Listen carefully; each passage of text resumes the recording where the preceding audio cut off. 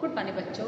बच्चों, हम लोग पाठ 5 हामिद खान नामक पाठ का अध्ययन कर रहे थे। बच्चों, हम लोगों ने यहाँ तक पढ़ लिया कि जब लेखक समाचार पत्र में ये पढ़ते हैं कि तक्षशिला पाकिस्तान में आगजनी, और यह खबर पढ़ते ही लेखक जो है वो अपने उस पुराने मित्र की याद आ गई जिससे वो 2 साल पहले तक्षशिला यानी कि पाकिस्तान में मिले थे।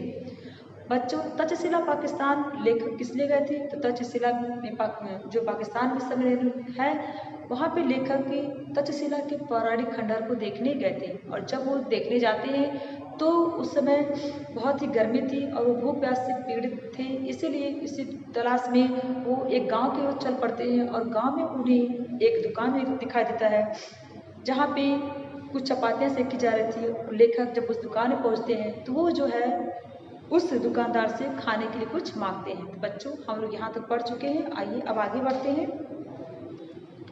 एक अधेड़ उम्र का पठान अंगीठी के पास सिर झुकाए चपातियाँ बना रहा था। यानी कि लेखक जैसे ही उस दुकान में प्रवेश करते हैं तो वो देखते हैं कि एक अधेड़ उम्र का पठान, अधेड़ यानी कि 55-60 का यानी उम्र का था वो अधेड़ उम्र था वो। तो इसीलिए वो जो पठान था वो जो अंगीठियों के पास जो है बैठा चपातियाँ बना रहा था।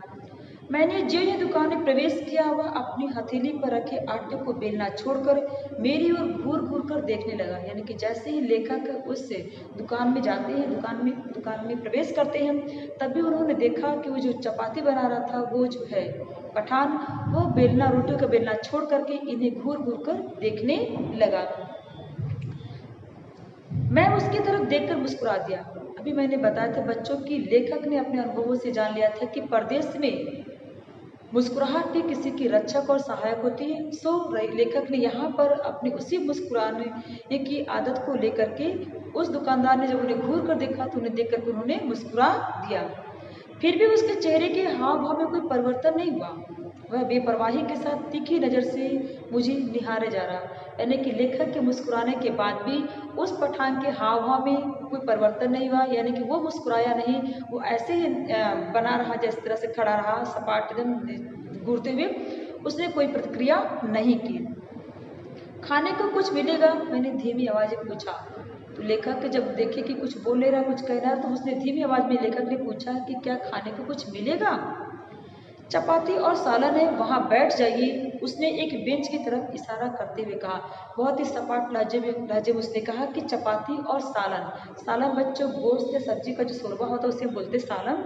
तो जब उस पठान ने कहा कि चपाती और सालन यही खाने को मिलेगा और उसने इशारा किया कि उस बेंच पर जाकर के बैठ जाइए, तो लेखक ने जाकर के उस बेंच पे बैठ गए। मैं बेंच पर बैठकर रुमाल से हवा करने लगा। मैंने दुकान के भीतर झांक कर देखा। बेतरतीबी यानी कि सलीके से इधर उधर फेंकी हुई रखी हुई बेतरतीबी से लिपा हुआ आंगन, लिपा हुआ यानी कि इस तरह से पहले गांव में कैसे होता था बच्चे, मिट्टी से फर्श को लिपते थे, कच्ची होती थी मिट्टी, ये जमीन होती तो उसी को सब मिट्टी से लेते, बोलते हैं कि लिपा हुआ आंगन, धूल से सनी दीवार यानी कि दीवार पर पूरी धूल लगी थी। एक कोने में खाट पड़ी हुई थी जिस पर एक दढ़ियल यानी कि दाढ़ी वाला बुढ़ा यानी कि वृद्ध व्यक्ति गंदे तकिए पर कोहनी टेके हुए हुक्का पी रहा था।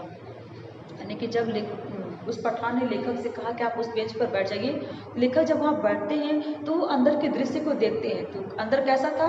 अंदर था बहुत ही बेतरतीबी से सामान इधर उधर रखे हुए थे, लेकिन लिपा हुआ था जगह, वहाँ पे धूल भरा हुआ था पूरा दीवारों पर, और एक कोने में खाट यानी कि चारपाई पड़ी थी और जिस पर एक बूढ़ा व्यक्ति यानी कि बूढ़ा व्यक्ति हुक्का पी रहा था। हुक्का मतलब जानते बच्चे, एक तरह से नशा की वस्तु होती है, उसे कहते हुक्का। तो हुक्के की गुड़गुड़ाहट में उसने अपने आप को नहीं बल्कि सारे जहान को बुला रखा था और इस तरह से हुक्का पी रहा था, एकदम निश्चिंत होकर के, एकदम डूबा हुआ था उसे हुक्के के पीने में। उसे आसपास में क्या घट रहा है उसे कुछ मालूम नहीं था, एकदम अपने ही ख्यालों में वो खोया हुआ था। यहाँ पे देखिए गुड़गुड़ाहट बच्चों, गुड़गुड़ जमा आहट, यहाँ पे आहट प्रत्यय लगा है, तो आप लोग इसको लिख लीजिएगा। भाईजान आप कहाँ के रहने वाले हैं? अब थोड़ा सा वो जो पठान है थोड़ी सी वो विनम्र हुआ। अब उसने भाईजान एक बहुत अच्छे से शब्द यूज किया, यानी कि बहुत ही विनम्र होकर के बोला, भाईजान आप कहाँ के रहने वाले हैं? चपाती को अंगारों पर रखते उस अधेड़ उम्र के पठान ने पूछा।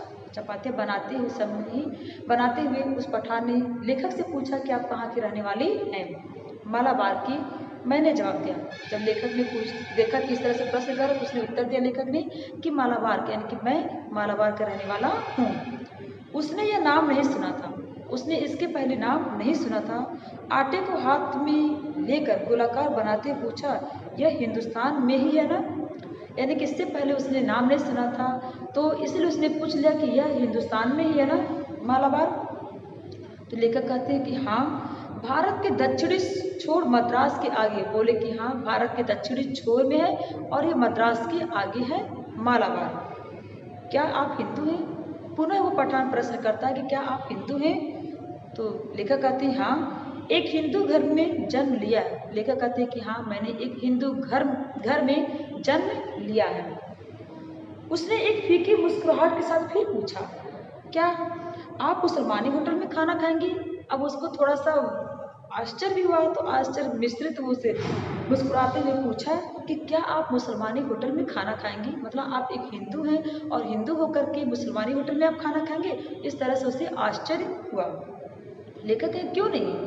अभी मैंने बताया था बच्चों की लेखक जाति पात से परे थे, वो जाति पात को नहीं मानते थे, किसी धर्म में बंधे नहीं थे। तो लेखक ने बड़ी सहजता से कहा क्यों नहीं, हमारे यहाँ तो अगर बढ़िया चाय पीनी हो या बढ़िया पुलाव खाना हो तो लोग बेखटके मुसलमानी होटल में जाया करते हो। लेखक है कि अगर हमारे वहाँ, यानी कि हमारे वहाँ अर्थात हमारे हिंदुस्तान में अगर किसी को बढ़िया चाय पीनी हो या फिर पुलाव खाना हो तो वो सभी लोग मुसलमानी होटल में ही जाते हैं बच्चों। इसलिए वहाँ पे आश्चर्य हुआ उनको कि ये हिंदू होते भी कैसे मुस्लिम होटल में खाना खा रहे, इसलिए वो जिज्ञासा बस बातें ये सब लेखक से वो कर रहा है। वह मेरी बात पर विश्वास नहीं कर पा, और इतना बात करने के बाद भी वह पठान जो है लेखक की बातों पे विश्वास नहीं कर पाया। उसे लग रहा था कि ये सभी झूठ बोल रहे हैं या ऐसे मजाक कर रहे हैं, ऐसा कुछ होता नहीं। क्यों? क्योंकि उसके वहाँ पे यानी कि पाकिस्तान में इस तरह की बातें देखने को उसे नहीं मिलती, इसलिए उसे यहाँ इस लेखक की इस बात पे विश्वास नहीं हुआ। मैंने उसे गर्व के साथ बताया, और जब लेखक ने कहा कि उन्हें विश्वास है, तो उन्हें अपने देश पर, अपने लोगों पर और फख्र होने लगा, और उन्होंने कहा गर्व के साथ, वह मेरी बात पर विश्वास नहीं कर पाया। यानी कि लेखक इतना कहने के बाद भी वह जो है यानी कि पठान जो है उनकी बात पर विश्वास नहीं कर पाया। मैंने उसे गर्व के साथ बताया, हमारे यहाँ हिंदू मुसलमान में कोई फर्क नहीं। अब लेखक को अपने देश पर, अपने आप पे नाज होने लगा, गर्व होने लगा, और उन्होंने पुनः उसको बताया कि हमारे यहाँ हिंदू और मुसलमान में कोई फर्क नहीं है। हम लोग जाति बात को लेकर के नहीं चलते, हम लोग जाति मतलब कोई अंतर नहीं मानते हैं। हम सब मिलजुल कर रहते हैं, एकता के साथ भाईचारे की भावना को लेकर के हम लोग आपस में रहते हैं। भारत में मुसलमानों ने जिस पहली मस्जिद का निर्माण किया था वह हमारे राज्य के एक स्थान कुंडगल्लूर में है। बोले कि हम भारत में जब मुस्लिम आए और उन्होंने जो जिस पहली मस्जिद का निर्माण कराया वह हमारे ही एक राज्य के एक स्थान कुंडगल्लूर में स्थित है। हमारे यहाँ हिंदू मुसलमानों के बीच दंगे नहीं के बराबर होते हैं। और इसके साथ लेखक ने भी कहा कि हमारे वहाँ चूँकि हम सभी लोग चाहे हिंदू हो चाहे मुस्लिम हो, हम लोग एक होकर के रहते हैं, भाईचारे की भावना से और आपस में प्रेम से रहते हैं, इसीलिए हमारे वहाँ हमारे लोगों के बीच में दंगे यानी कि हिंदू और मुसलमान के बीच दंगे न के बराबर होते हैं। उसने मेरी बात को बहुत ही ध्यानपूर्वक सुनकर कहा, और जब लेखक कह रहे हैं कि वो पठान जो था इनकी बातों को जब ध्यानपूर्वक सुन रहा था, सुनने के बाद उसने कहा, काश मैं आपके मुल्क में आकर यह सब अपनी आंखों से देख सकता था। उसे चूंकि विश्वास नहीं हो रहा था, और लेखक ने जब इस तरह से कहा तो उसे थोड़ा बहुत विश्वास होने लगा। तब उसने कहा कि काश ये सब बातें जो आपने बताई मैं अपनी आंखों से आपके मुल्क में आकर के यह देख सकता। बच्चों यहाँ पे देखिए वो कितना दुखी था, क्योंकि वहाँ पे बड़ा हर समय दंगे फसाद होते रहते थे, वहाँ पे हिंदू मुस्लिम भेदभाव होते रहते थे, इसीलिए वो इस तरह की बातों को विश्वास नहीं कर पाया। और जब विश्वास कर पाया तो उसके मन में एक इच्छा थी कि काश मैं भी जा करके हिंदुस्तान में इस तरह की जो भाईचारे की भावना से लोग रहते हैं उन लोगों को देखता। क्या आपको मेरी बात पर विश्वास नहीं होता? मैंने पूछा। जब इस तरह से उसने कहा तो लेखक कह रहे हैं कि क्या पूछने लगे कि आपको मेरी बात पर विश्वास नहीं है? मुझे आपकी बात पर तो पूरा यकीन हो गया, पर मैं इस पर ईमान नहीं कर सकता कि आप हिंदू हैं। बोला कि लेखक को लगने लगा, उन्होंने पूछा कि आपको मेरी बात पर विश्वास नहीं है? तो पठान कहता है कि मुझे आप पर विश्वास तो है, लेकिन मैं इस पर ईमान नहीं कर सकता। ईमान यानी कि सच्ची निष्ठा, यानी कि बिल्कुल मान नहीं सकता कि आप हिंदू हैं, क्योंकि आप अगर हिंदू होते तो आप इस तरह की बातें नहीं करते। उसको ऐसा लग रहा था, इसीलिए वो लेखक की बात पे विश्वास नहीं कर पा रहा था। क्योंकि यहाँ कोई भी हिंदू आपकी कई बातों को इतनी फक्र के साथ किसी मुसलमान से नहीं कह सकता, यानी कि वहाँ का वातावरण, वहाँ का माहौल यानी कि कुछ अलग था। इसलिए लेखक कह रहे हैं कि वह जो पठान जो हमारी बात पे विश्वास नहीं कर सकता, यानी कि जितनी फक्र से होकर के एक यहाँ पे एक हिंदू और एक मुस्लिम बात कर रहे हैं, वहाँ पे इतनी फक्र से एक हिंदू और